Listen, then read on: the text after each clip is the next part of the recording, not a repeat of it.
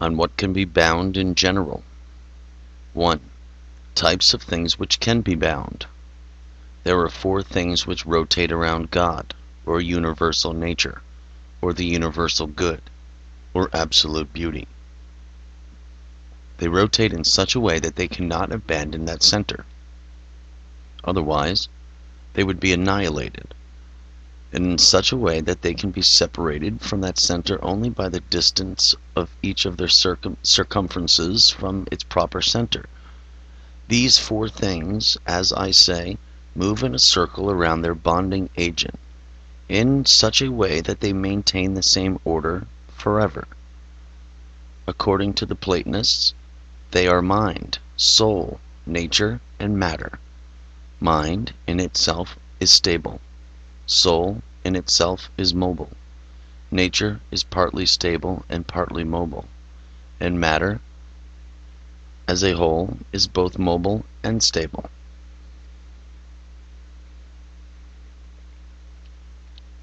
Two, the condition of that which can be bound. Nothing is bound unless it is very suitably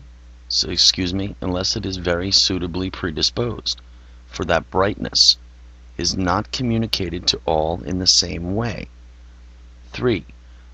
The form of that which can be bound. Everything which is bound has an awareness of some sense, and in the nature of that awareness one finds a certain type of knowledge and of appetite, just as a magnet attracts or repels different kinds of things. Hence, he who wishes to bind ought to focus in some way on the awareness in that which can be bound. For, indeed, a bond accompanies the awareness of a thing just like a shadow follows a body. The comparison of things which can be bound. Let us note that humans are more open to bonding than are animals, and the ignorant and stupid men are very much less suited for heroic bonds than are those who have developed an illustrious soul. In regard to natural bonds, the common person is much more susceptible than is the philosopher. As the proverb says, the wise rule over the stars. In regard to the intermediate type of bonds, it happens that the greedy person might boast of being temperate, and the lustful person of being moderate. 5. The distinction of things which can be bound. From what has just been said, it must be noted that the strength of one of the bonds makes another type of bond less forceful or more mild. Thus, a German is less agitated by Venus, and an Italian by drunkenness. A Spaniard is more prone to love, a Frenchman to anger. 6. The seed or incitement of the capacity to be bound. A thing is bound in the strongest way when a part of it is the bonding agent, or when the bonding agent controls it by one of its parts.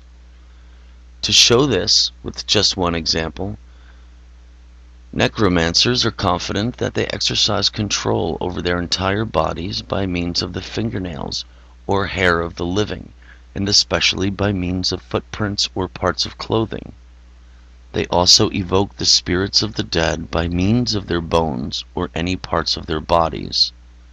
Hence, it is not accidental that special care is taken in burying the dead and preparing funeral pyres, and that leaving a body unburied is counted among the most grievous crimes. Also, orators create goodwill with their art when their listeners and judges find something of themselves in it. Number 7. The timing of the capacity to be bound. In different seasons and ages, one and the same thing can be bonded in various ways, and in different things are not related to one and the same bond in the same way, nor are wholes always recomposed in the same way. From this we can point out that someone who is easygoing and showy as a young man becomes a more stable and prudent adult, while an old man is more suspicious and morose, and a very old man is full of blame and loathing. 8.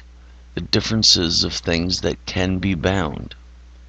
Whoever wishes to bind must take note of the fact that some of the things that can be bound are affected more by nature, others more by judgment or prudence, and still others more by practice and habit. As a result, the skillful person obliges and binds the first type of things with bonds provided by natural things, the second type by reasons and proofs, by symbols and arguments, and the third type by what is at hand and is compelling. 9. Resistance to being bound. The more that a soul is bound to one object, the more it turns away from and rejects others. Therefore, he who wishes to limit what can be bonded to only one bond should make a special effort to make it insensitive to other activities and objects, and to turn it away from any concern for them. For indeed, a more pleasant action excludes a less pleasant one. The soul that is intent on hearing neglects vision. He who observes more attentively becomes deaf. When we are either very happy or sad for some reason, we are little concerned with the other. When we are lazy, we stop or slow down our work. That is, we become restrained, pulled away, held, bonded. As a result, when the orator breaks the bond of love by laughter or envy or other feelings, he binds the hate or contempt or indignation. 10. The number of things that can be bound. Thinking persons turn away from sensible things and are bound by divine things. Pleasure seekers descend through vision to the abundances of touching. Moralists are attracted by the amusement of conversation. The first are heroes, the second are natural, and the third are rational. The first are higher, the second lower, the third in between. The first are said to be worthy of the heavens, the second of life, the third of feeling.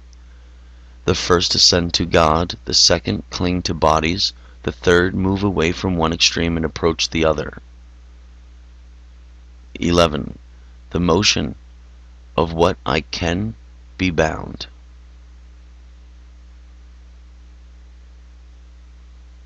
The motion of what can be bound. All composite and variable things, and generally all things which undergo changes in their nature and disposition, such as the soul and the spirit, are subject to various changes in their bodies and in the motions of their bodies. For although each substance is quite stable and eternal because of its simplicity, still it acquires a desire from its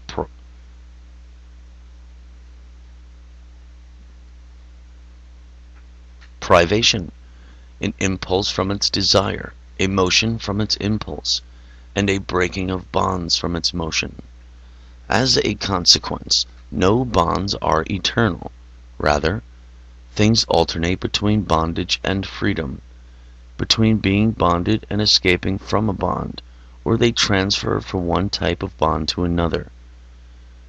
This is natural occurrence, and it precedes, accompanies, and follows the eternal condition of all things. Thus, nature binds with variety and motion, and art, which emulates nature, multiplies, varies, diversifies, orders, and arranges bonds in successive series. But complete stability is opposed to the nature of things, just as we are sometimes more inclined to condemn it, and yet at other times we rather desire it. For it is quite natural to desire to break from bonds, while just a little while ago we were open to being tied to them by our own voluntary and spontaneous inclinations. 12. The indefiniteness of what can be bound. Insofar as that which can be bound is composed of more parts, to the same degree it is less limited to specific bonds. Thus, human pleasure is less limited to only one time, or individual, or sex than are the pleasures of animals. All horses would have an equal chance to mate with one mare, but this is often not true of all men and one woman. This separation and interdeterminateness between humans and also animals is found between a true human and a brutal human, between a more sensitive and also more feeling person and a more dull person. And what we have said about the one type of bond must also be applied to all other genera and species of bonds. 13. The foundation of the capacity to be bound. The primary reason why each thing is capable of being bound is partly because there is something in it which strives to preserve itself as it presently is, and partly because it strives to be completely developed in itself according to its circumstances.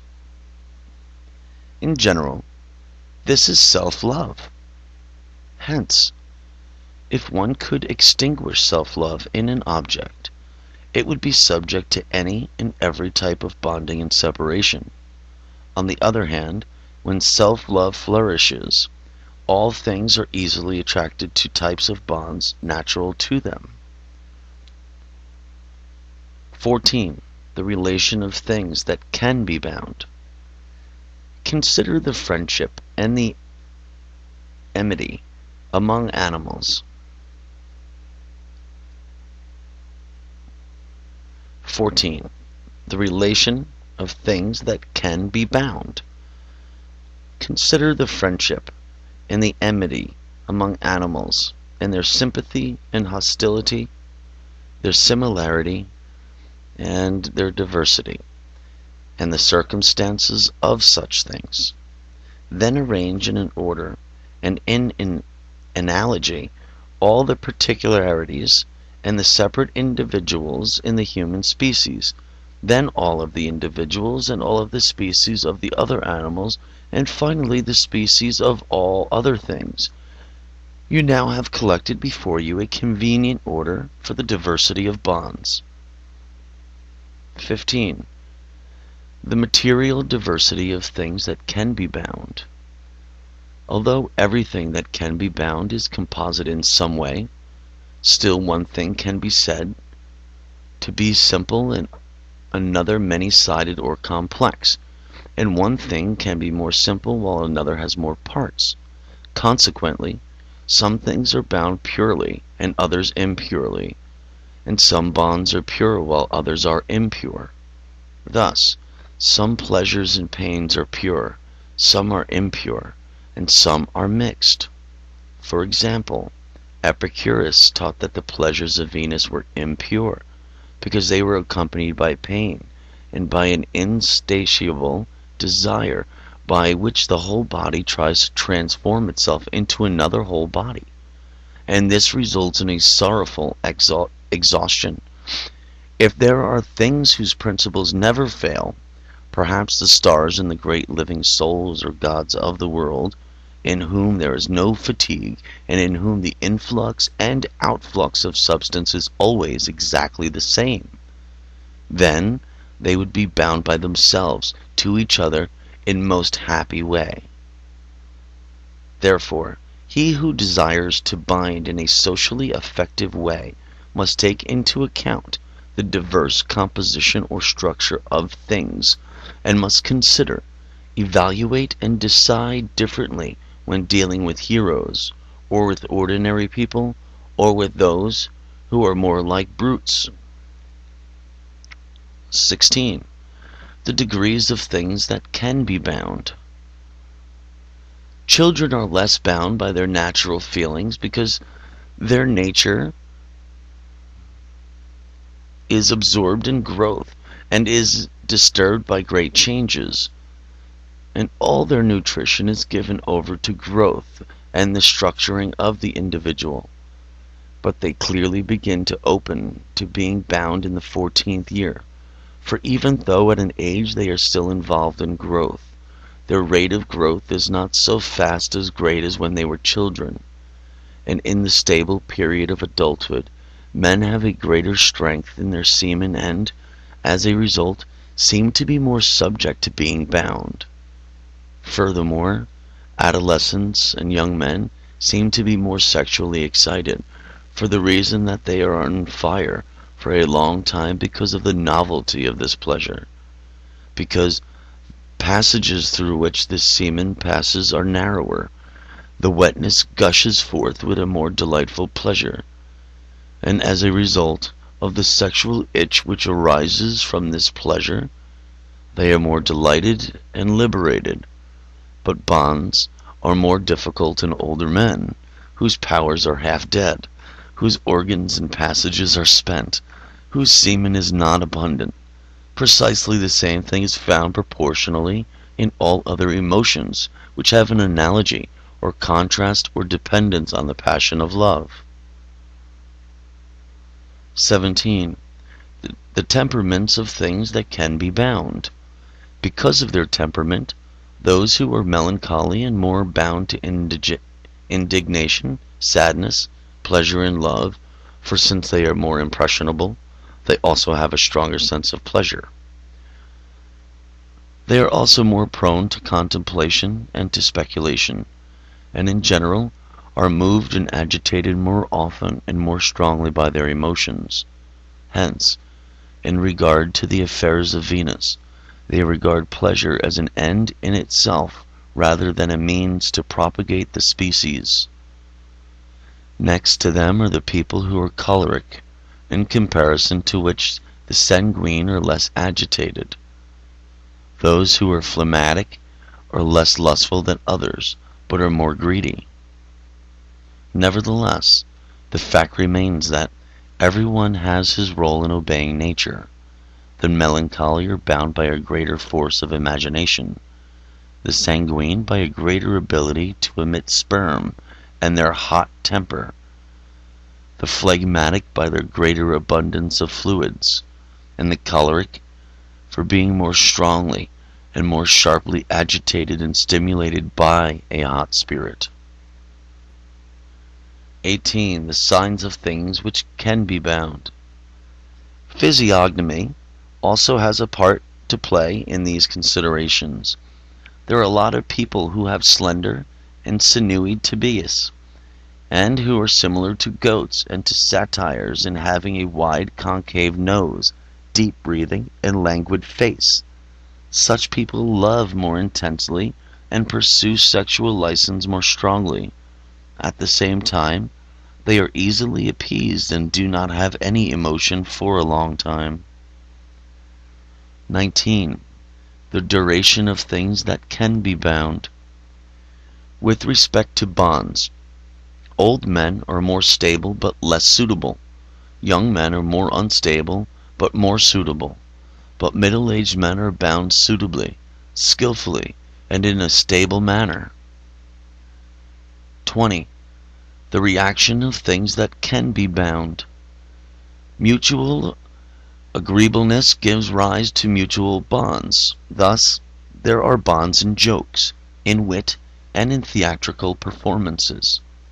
In these ways, even those who are ugly and deformed can bind those who have feelings for them. Let us add that we often try to think about what it would be like to have a huge and lustful body, since the following imaginary verses were composed to be cast as a spell upon a young boy or girl. I confess that I lack beautiful form, yet God prefers me as more excellent, as does a girl who is steady and not silly. In a proportional way, There are bonds by which those who are ugly bind because of their reputation for courage, vigor, eloquence, ingenuity, and other such things. For from one type of power they can cause bonds of another type. It is not a rare occurrence that the more ugly Amazons bind in the act of love because of their for their reputation for their strength or their use of eloquence. 21. The heterogeneity of things that can be bound.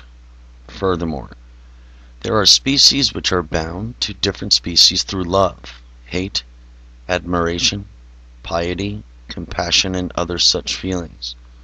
For example, there are some famous cases of such bonding, like Lesbia and her sparrow, Carina with her small dog, Cyparissus with his doe, and Arion with his dolphin. In general, the seeds of all species are attracted to other species. I will remain silent about the sympathy between a man and a lion, and I will pass over what I know about the astonishing intimacy between a boy and a snake. 22. The changing of things that can be bound.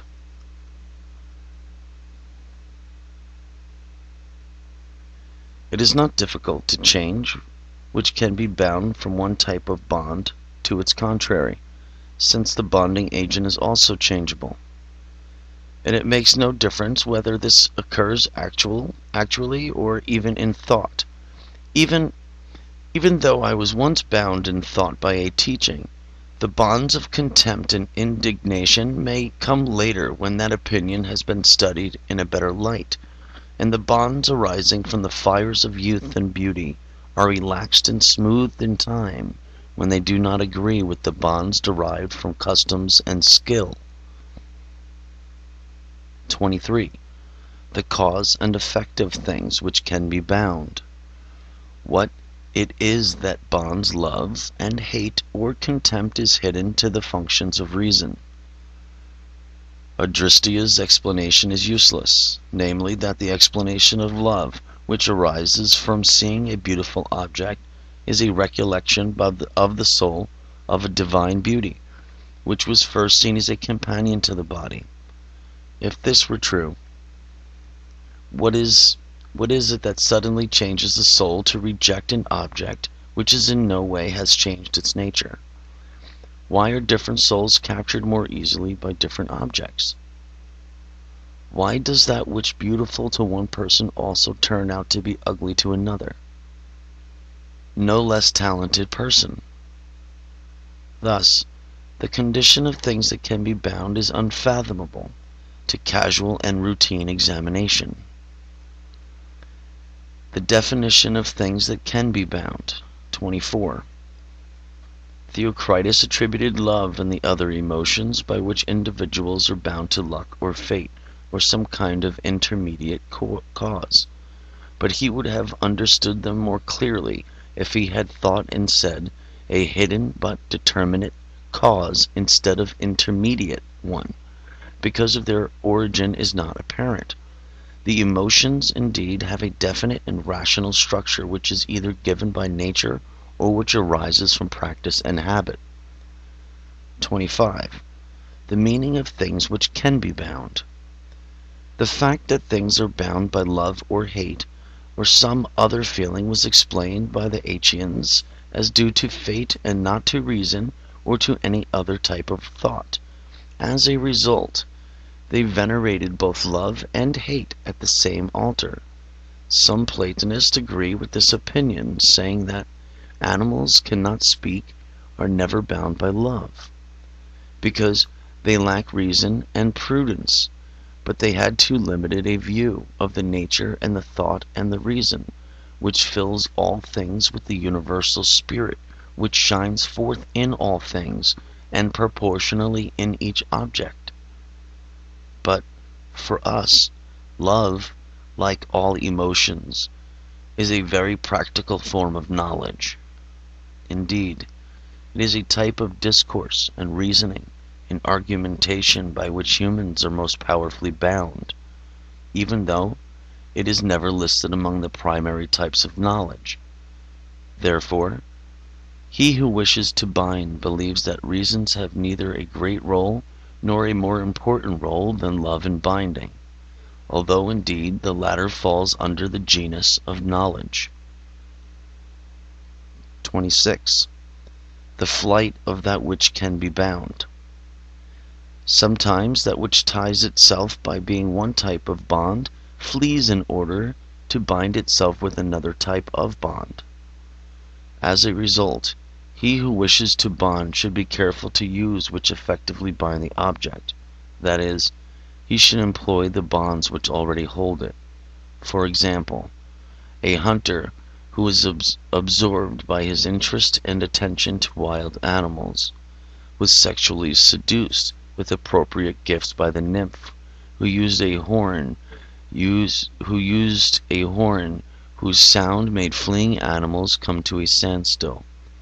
Also, a soldier may be bound by other feelings by enchanting him with the power of his weapons. Thus, people are bound to sex through hunting, fasting, drunkenness, gymnastic exercises, and in general through various types of concerns, leisure activity, abstinence, debauchery, etc. And what is true of this type of bond also applies to others in their own way. 27. The substance of that which can be bound. There are two causes of the act of bonding, and they are still the same as the two causes of the essence that which, as such, can be bound, namely, knowledge of some kind and desire of some kind. If something has no desire at all, then it cannot be bound spiritually in any way at all. Furthermore, if something has no knowledge and desire, then it cannot bind anything either socially or through magic. I will not speak of the other types of bonds because I would not say anything unsuitable to those of limited vision, who are numerous. 28. The completeness of that which can be bound. Something is perfectly bound if it is bound in all of its powers and components. Hence, he who binds should count these items carefully so that, in wishing to bind as completely as possible, he can tie up many or all of them. He should have no doubt or confusion about the different types and powers of nourishment and enticement which affect the soul and spirit. 29. The connection of things that can be bound. It is not possible for a bonding agent to bind something to itself unless the former is also bound to the latter. For bonds adhere to and are inserted into that which is bound, the bonding agent, which may accidentally be bound to another object, must be truly bound to the object which itself is bound. However, the bonding agent has an advantage over which is bound, for he is master over the bonds, and because he is not affected and influenced in the same way. This notion is not supported by the fact that a procurer binds but is not bound, but she who is loved is not bound by her lover unless he is bound by her love in the same act of love. Furthermore, a spiritual and mysterious type of bond occasionally also occurs in which she who is loved is bound by her lover, but she neither knows nor loves him. This is the type and level of love in which Eros was brought to tears and unhappiness by Antheros. But at the social level, no one binds unless he is also bound by the same or similar type of bond either to someone, or at least with someone, whom he desires to bind. 30. The truth of that which can be bound. For that which can be bound, to be truly bound, a real bound is not required, that is, a bond which is found in things. An apparent bond is enough, for the imagination of what is not true can truly bind, and by means of such an imagination, that which can be bound can truly be bound. Even if there were no hell, the thought that the imagination of hell without a basis in truth would still really produce a true hell, for fantasy has its own type of truth. It can truly act, it can truly and most powerfully entangle in it that which can be bound, and thus the torments of hell are as eternal as the eternity of thought and fate itself. Now, as long as the soul, even when stripped of the body, retains the same characteristics, it maintains its unhappy state for ages, and perhaps even more so because of its pleasures in drinking and lack of self-control. The common philosophers did not understand this, and they most stupidly used this teaching to condemn the most ignorant of people. We will not make a big issue of this, except to say the following. When we were children and inexperienced, we were flooded with the arguments of these philosophers, just as much as the old and the experienced themselves had been flooded with the same arguments. Nevertheless, we forgive these elders for their views, just as much as we think we should be forgiven, since we were just children. On Cupid's bond, and on bonds in general. We have claimed in our treatise De Naturale Magic that all bonds are either reduced to the bond of love, depend on the bond of love, or are based on the bond of love. An examination of our 30 topics of discussion will easily show that love is the foundation of all feelings. For he who loves nothing has no reason to fear, to hope, to praise, to be proud, to dare, to condemn, to accuse, to excuse, to be humble, to be competitive, to be angered, and to be affected in other ways of this sort. Hence, in this section, which we have entitled On Cupid's Bond, we have the opportunity to deal with a topic which is very familiar, and with considerations and speculations which range very widely. This examination should not be considered to be far from removed from public affairs just because it is more important and more wonderful than the field of public affairs. 1. The definition of a bond.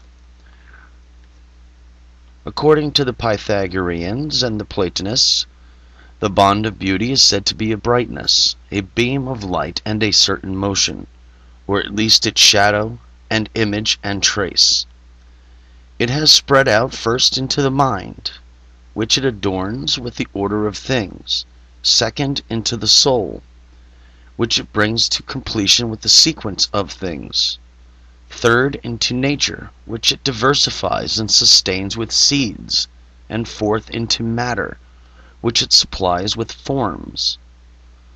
According to them, this beam of light is the clearest in the mind, clear in the soul, obscure in nature, and most obscure in the natural substrate of natural things. It is not a bodily mass, and it has no bulk, nor can it rotate around a mass and through the whole of space, for not just large things but also small ones are seen to be beautiful. In the same species, large things are deformed and small things are beautiful, but in the opposite also occurs, and it often happens that beauty is lost when something remains the same in quantity, and is preserved when that quantity is changed. The most beautiful baby or child is pleasing but does not bind until he is an adolescent of a certain age. Then he has some size, and this is true even if his form and figure and complexion have not changed at all. From this we conclude that social types of bonding require a degree of size on which the form and power of the bond depends.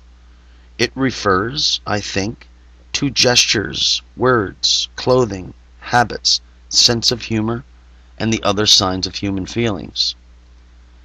2. The origin of a bond. Some Platonists define a bond as arising from a certain proportionality of parts accompanied by certain pleasantness of coloring. But to those who consider the matter more fully, it is at least as clear that it is not just composite things and things consisting of parts that bind, but that color alone and sound alone is bind. Furthermore, nothing slips away and ages faster than beauty, and nothing changes more slowly than the form and figure which shine forth from the composition of parts. Hence, it seems that the body of beauty must be sought everywhere than in the figure and in the proportionality of parts. Indeed, sometimes love passes away after the flowering of the object loved, but the same beauty and figure still remain. As a result, the nature of a bond consists chiefly in a certain mutual orientation between a captor and a captive. Indeed, it sometimes happens that even though we have no grounds to complain reasonable and about a girl's beauty, or in a social setting to criticize someone's conversation, speech, habits, or actions in general, still they do not please us. On the other hand, something, or even many things, may displease us in someone, yet we still love that person, and indeed, it would be rather stupid to identify color as a bond without distinguishing between color and the things associated with color. For does color in itself bind when a brighter color is displeasing and rejected by an old man, while a duller color binds and captures a young man? And also if, in a social setting, an adolescent were given a serious speech about grave matters of state, then no matter how brilliant the speaker's oratory, a man of more mature judgment would become indignant because of the speaker's arrogance. Likewise, if an old man were to give a speech full of charming, flattering, and flowering words, this would invite contempt, would sometimes provoke laughter, and would provide an occasion for mockery. Thus, in regard to the body, to words, and to behavior, one thing is fitting for a married woman, another for a virgin. One thing for a girl, another for a boy. One thing for a mature adult, another for an old man. One thing for a soldier, another for a Roman citizen. 3. The indeterminateness of a bond. I believe that it is not as difficult to make and break bonds as to identify a bond in the concrete circumstances in which bonds are referred to the case and at hand rather than to nature or to art. For example, a bond which originates from the body has no specific location in the body. Consider the eyes and cheeks and mouth by which a lover feels that he is bound. When these same things are attributed to another subject in the same proportions, it sometimes happens that they do not bind in a similar way, and thus the bonds of Cupid are dissolved or prevented. Why is it that sometimes, when we are consumed by love for a body which we have seen, the bonds of Cupid vanish, and when we become acquainted with that individual's speech and personality? And thus, you should understand bonds in the same way in a social setting. 4. The composition of a bond. The bond of Cupid is inferior to the bonds of which appropriate composite things bind us, and we are in no way forcefully captured by simple and absolute things. There are those who strongly reject these latter bonds. They think that God has no beauty in himself, since his nature is simple and he does not display any level of composition. However, it is a matter of faith that God is both the author and the goal of all beauty and every bond. Thus, because of the weakness of their minds, these thinkers have not distinguished between beauty in itself and what is beautiful to us. Likewise, at the practical level, they do not discern and distinguish between what is beautiful and reasonable to all men on the one hand, and what is a matter of custom, practice, and opportunity for a particular people on the other hand. As a result, They err in their attempts to bind. Number 5. The number of bonds. To put the matter generally and firmly, bonds are the form, the habits, and the motions of a body.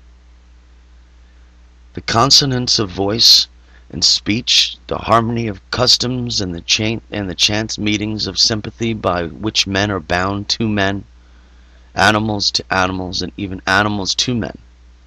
Thus, it is clear that the sight of a snake raises a mortal fear in a child, and the sight of a wolf terrifies a lamb, because of a natural prompting, and not because of any previous experience or acquaintance, while the sight of a cow or sheep causes playfulness and enjoyment.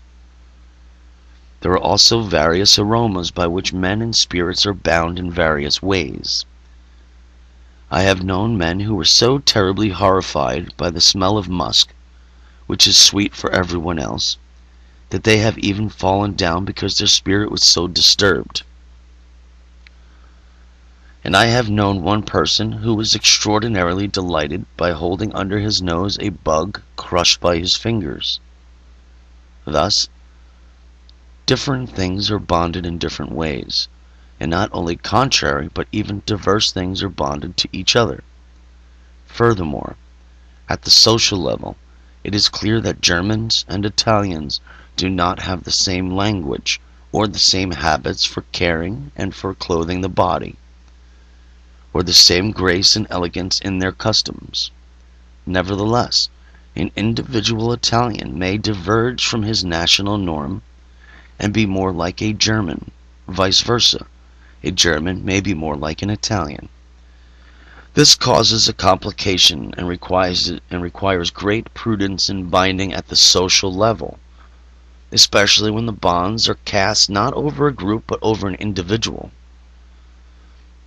Indeed, it is easier to bind many rather than one. A hunter has a greater chance of hitting a bird with an arrow shot into a group of birds than he would have of hitting a particular bird with a more accurate aim. 6. The gates of bonds. The senses are the entrances through which the bonds are cast, and vision is the most important of them all. The others are more suitable for different objects and powers. Touch is bound by the softness of the flesh, hearing by the harmony of sound, smell by the sweetness of death, soul by the elegance of customs, and intellect by the clarity of proofs. Different bonds enter through different windows. They have different effects in different people, and they please because different desires in different people. For, indeed, a bond does not arise equally from things, nor have an effect equally in all things. The types of bonds. 7. We know that there are as many types of bonds as there are types and varieties of beauty.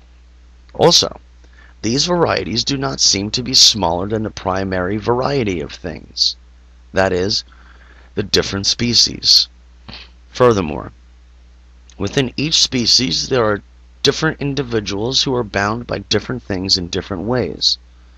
Thus, the hungry are bonded to food, the thirsty to drink.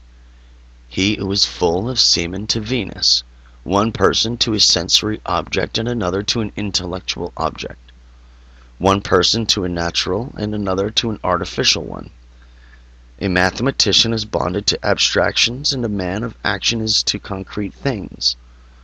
A hermit satisfies himself by a desire for what is absent, and a member of a family by what is present. Different things are bonded by different things in every species, and the same bonds do not of themselves carry the same power when they originate from different sources. Bonds arise when music is played by a boy or an adolescent, but less so by a girl or man. Strength in a man is binding because of his great size, but not in a woman. A girl binds through simplicity and honesty, but if an adult has the same influence, bonds are broken and he is more and more displeasing. The measurement of bonds. 8. At the social level, Orators, court officials, and those who know how to get things done bond more effectively if they secretly conceal their skills when they act. For he who speaks with too much eloquence, or he who displays too full of a trivia, will not be well received. Those who dress too rigidly and too precisely are displeasing, and so is curled hair, and eyes, gestures, and motions which always follow a precise format, while he who keeps himself far removed from such things is not displeasing. Public speaking of this type is generally thought to be too affected and too florid. This is due to laziness and the lack of talent and good judgment. For to conceal an art while using it is no small part of the art. Thus, he who eloquently displays his knowledge at all times on every topic is not very wise, just as he who has rings and jewels on all of his fingers is not well adorned. And one who arrives loaded down with many different necklaces is not well dressed. From this we should especially realize that a bright light extinguishes a bright light. And without darkness, light does not shine, gleam, glitter, and please. For an ornament is nothing when it does not complement that which it adorns and shapes. Thus, art is not separated from nature, nor is culture foreign to simplicity. 9. The description of a bond. For Plato, a bond is a type of beauty or agreement of forms. For Socrates, it is the excelling charm of the soul. For Timaeus, the tyranny of the soul. For Plotinus, the private law of nature. For Theophratus, a secret deception. For Solomon, a hidden fire and furtive waters. For Theocritus, a precious destruction. For Carneades, an agitated ruler. And for me, a joyful sorrow and sorrowful joy. From what we have said in the preface to this part of the treatise, these other descriptions of feelings and other types of bond have an analogy to our notion of feeling and bonds. Excuse me for the error there. 10. The distribution of bonds. Perfect things are bonded to perfect things. Noble things and nobility are bonded to noble things. And things which are imperfect and defective are bonded to things which are imperfect and defective. As a result, it was said above that part of which is in which to be bound must be present in the bonding agent.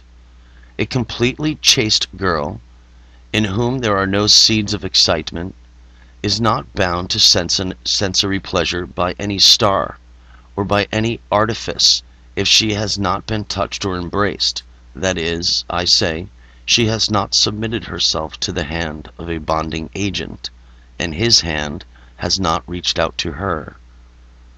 I will say nothing about an immature girl, for in all actions there must be some seed, but not all seeds are fruitful everywhere.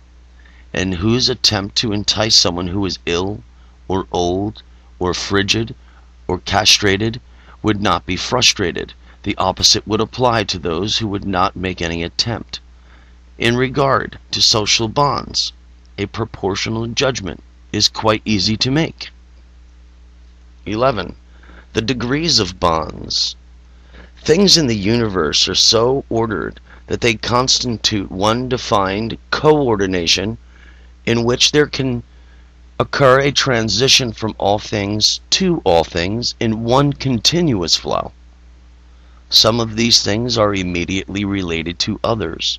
For example, the natural propagation of individuals of the same species, and in these cases the bonds are the blood related, familiar, and easy.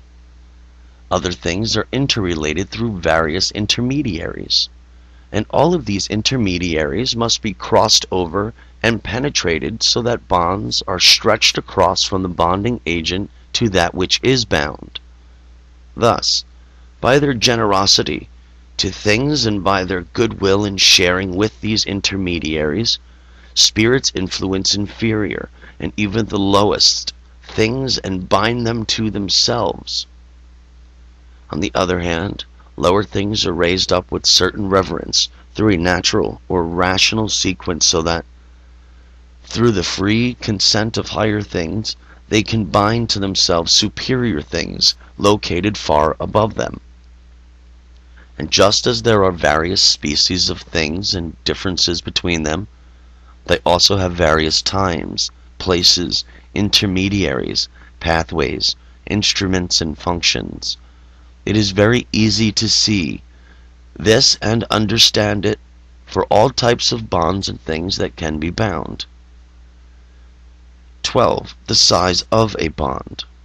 In all things there is a divine force, that is, love, the Father himself, the source, the amphitrite of bonds. Thus, Orpheus and Mercury were not wrong when they called this great demon, for this bond is indeed the entire substance, constitution, and, if I may say so, hypostasis of things. We come to know this greatest and most important bond when we turn our eyes to the order of the universe. By this bond, higher thinking and care of lower ones, lower things are turned toward higher ones, equal things associate with each other, and lastly, the perfection of the universe is reached in the knowledge of its form. 13. The principal effect of a bond. If there were only one love, and thus only one bond, all things would be one. But there are many different characteristics in different things. Hence, the same thing binds different things in different ways. As a result, Cupid is said to be both above and below, both the newest and the oldest, both blind and most observant. Cupid made all things in such a way that, for the preservation of their species, they remain firm in their powers, or in themselves, and are not separated from themselves. But then, in regard to the changes which occur in individual things, he arranged it so that they would be separated from themselves in a certain sense when the lover eagerly desires to be completely transported into the loved one, and also that they would be unrestrained, opened up, and thrown wide open when the lover desires to embrace and to devour the loved one completely. Thus it happens that the bond by which things wish to be where they are and not to lose what they have, and also causes them to wish to be everywhere and to have what they do not possess. This is due to a sense of complacency and with what is possessed, to a desire and to an appetite for what is absent but possessible, and to love for all things. A particular and finite good and truth is not sufficient for an individual appetite and intellect, which have their objects what is universally good and universally true. From this it follows that a finite potency in some definite material body simultaneously experiences the effects of both being drawn together and being pulled apart, dispersed and scattered by the same bond. This general characteristic of a bond is to be found in each individual type of bond. 14. The quality of a bond. In itself, a bond is neither beautiful nor good. Rather, it is the means by which things as a whole, and each individual thing, pursue what is beautiful and good. It connects that which receives with and that which is received, that which gives and that which is given, that which can be bound with a bonding agent, that which is desired with the one who desires. Indeed, that which desires the beautiful and the good lacks these qualities insofar as it desires them. Thus, to that degree, it is neither beautiful nor good. Hence, one of the Peripatetics was wrong in his statement about the matter when he concluded that matter is ugly and evil, because the desire for the good and beautiful is itself evidence that matter lacks these properties. Aristotle said more carefully that matter is not ugly or evil as such. Rather, the actual truth is that which, like matter, tends and moves equally towards goodness and evil, ugliness and beauty, is in itself neither ugly nor beautiful, neither evil nor good. If matter were evil, it would be contrary to its nature to desire the good. The same would be true if it were naturally ugly. And if it were evil by analogy, then it would also analogously possess a contrary which does not desire, but rather excludes and rejects the other contrary. The more profound philosophers understand this, as we have declared elsewhere, that is, matter itself in its bosom is the beginning of all forms, such that all things originate and are produced from it. It is not a pure negation, as if all things originated from the outside as foreigners. Indeed, outside of the bosom of matter there are no forms. Rather, all forms are both latent within it and derived from it. Consequently, for anyone who considers bonds at the social level and in their full meaning, it should be clear that in every material thing or part of matter, in every individual or particular thing, all seeds are contained within and lie hidden there, and, as a result, the inclination of all bonds can be actuated by a skillful effort. In one of the 30 small signs, we have explained in general how such an inclination and its transformation takes place.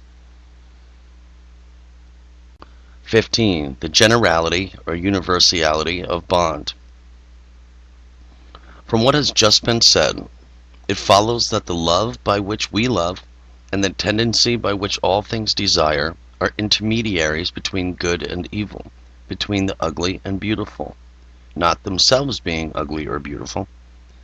And so they are good and beautiful because of a sort of sharing and participation, for the bond of love has a nature which is both active and passive, and by this things act, or are acted upon, or both, as they desire to be ordered, joined, united, completed, insofar as within the nature of each thing to be occupied with order, joining, union, and completion.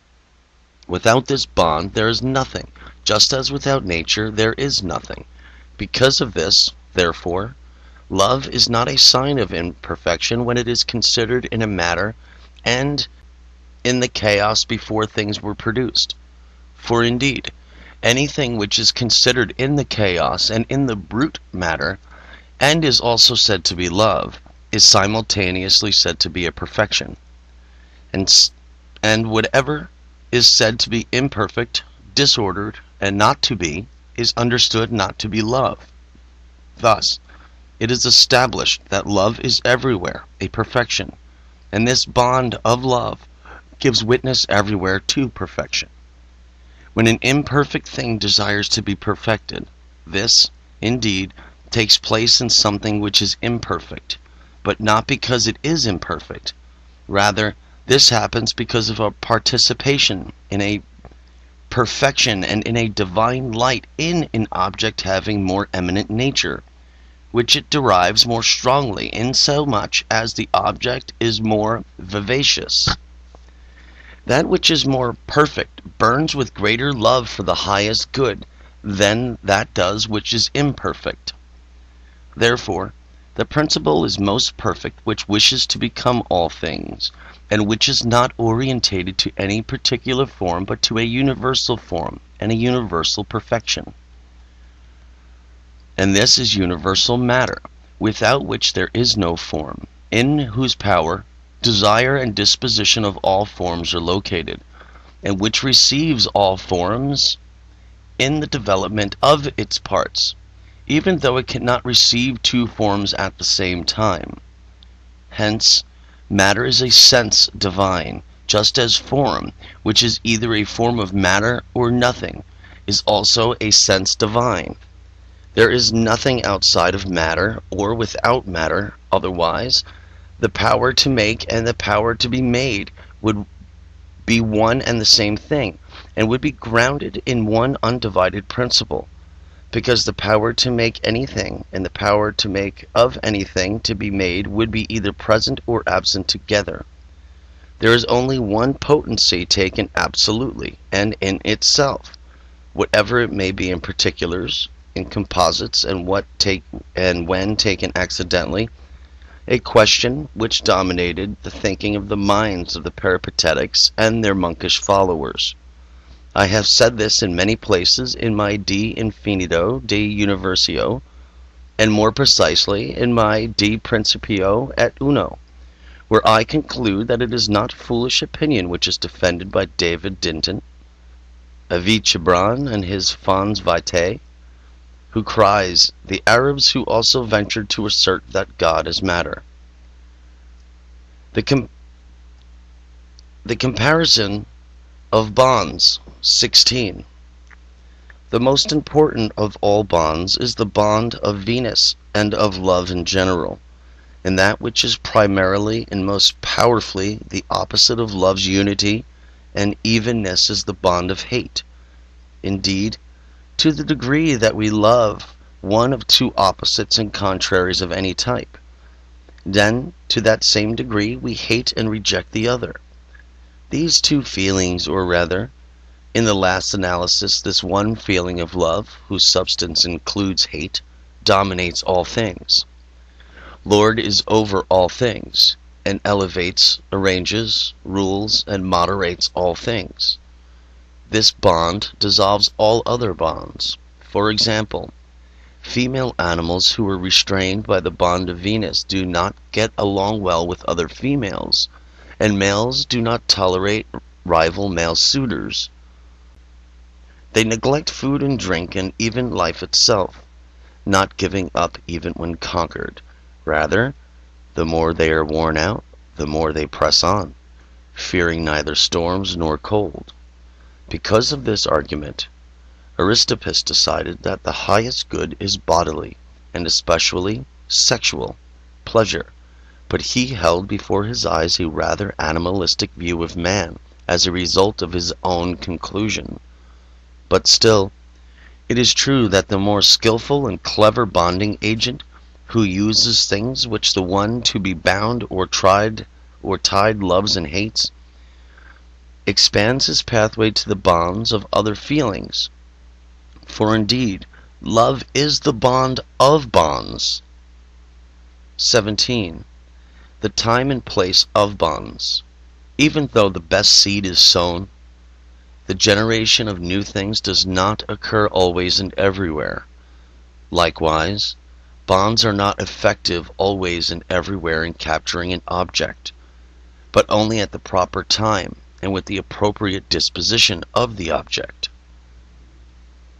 18. The distinction of bonds. There are no purely natural and purely voluntary bonds, in the sense in which people commonly distinguish between the natural and voluntary. The acts with the participation of the intellect, while the intellect is not limited by the will, but acts everywhere, except where nothing exists. We have proven this in other places, and thus it would be useless to discuss the matter further here. According to our understanding, there are three different types of bonds: the natural, the rational, and the voluntary, even though all things are based on one natural foundation. Consequently, to some degree we cannot set boundaries between one type of bond and another. Thus, the laws of prudence do not prohibit love, but love beyond reason, and the deceivers of the foolish prescribe without reason limits to reason, and condemn the laws of nature. And the most corrupt say that nature is corrupt, because humans are not raised above nature like heroes, but are degraded like beasts against nature, and are beneath all dignity.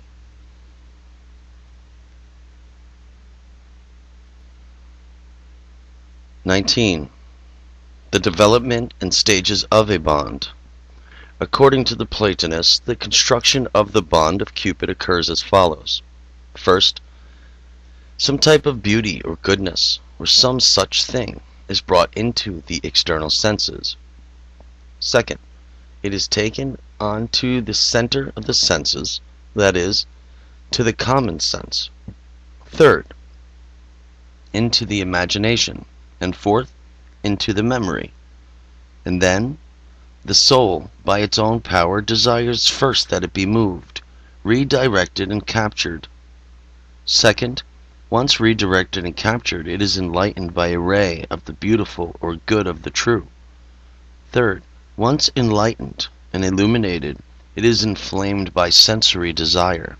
Fourth, once inflamed, it desires to be united to the thing loved. Fifth, once united, it is absorbed and incorporated. Sixth, once incorporated, it then loses its previous form and in sense abandons itself and takes on alien quality. Seventh, it itself is transformed by the qualities of the object through which it has moved and thus been affected. The Platonists call the response to the initial motions Cupid's preparation, the redirecting, Cupid's birth, the illumination, Cupid's nourishment, the inflaming, Cupid's growth, the union, Cupid's attack, the incorporation, Cupid's dominion, and the transformation, Cupid's victory or completion. 20. The foundation of the stages of bonds. You can now see how this scale is based on its individual stages. Cupid's birth issues first from the body's nourishment, sensitivity, and sexual expression, and second from the soul or spirit because of its charm, or playfulness, or contemplation, which is worthy of a better name, in which beauty is joined with pleasantness. Cupid's food, which prevents the newborn from expiring, is the knowledge of what is beautiful. Cupid's growth is due to a lingering reflection on the knowledge of what is beautiful. Cupid's attack consists in the fact that the soul slides and spreads from one part to all parts of the beloved so that it can inflame the whole. Cupid's domination is grounded in the action by which the soul of the lover, having abandoned his own body, lives and acts in the other. Cupid's transformation occurs when the lover, having died to himself, lives another life in such a way that he lives there as in his own house rather than in someone else's house. Thus, it is said that Jupiter was transformed into a bull, Apollo into a shepherd, Saturn into a horse, and the other gods into other forms. Likewise, the soul is transformed by motion or disturbance of its feelings from one form and type of bond to another. The condition of bonds.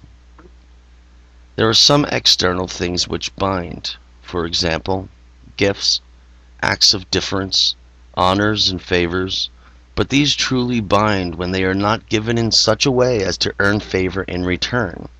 And, thus, bonds based on commercial transactions are ignoble and merely utilitarian, and are held in low esteem. 22. The appropriateness of bonds. The bonds which are most powerful and appropriate are those which occur through close contact with contrary in a way which can better be explained here by examples, rather than by definition or by a name, which is unfamiliar. Thus, consider the case in which a humble and honorable person binds a proud soul. The proud person loves whom he perceives to praise him, and the greater the praise, the greater the love. And, in fact, the praise of a great man is more significant than that of an unimportant person, whose praises even sometimes reject. So the one who binds carefully observes the ways in which the proud man is praised. Again, consider soldiers who wish to be known primarily for their physical strength and courage, and, as a result, are little concerned if they are not noted primarily for their wisdom and influence over things. Again, consider philosophers who glory in their knowledge of things, but are little concerned if they are not praised for their heartfelt courage. The same judgment applies to the casting of other bonds. 23. The gratitude of bonds. Bonds create a desire for some sort of gratitude. To give an example from one type of bond, quarrels arise between lovers when it is taken for granted that each has an obligation to the other. The lover thinks that the beloved is obliged to turn over to him something her stolen soul where he is, who has died in his body, lives another body. If the lover is less flattering to his beloved, she complains that he cares for her less. The lover complains to the beloved if Giordano Bruno text ends abruptly here in mid-sentence. And this does finalize his work on magic. This is just one of his books on magic.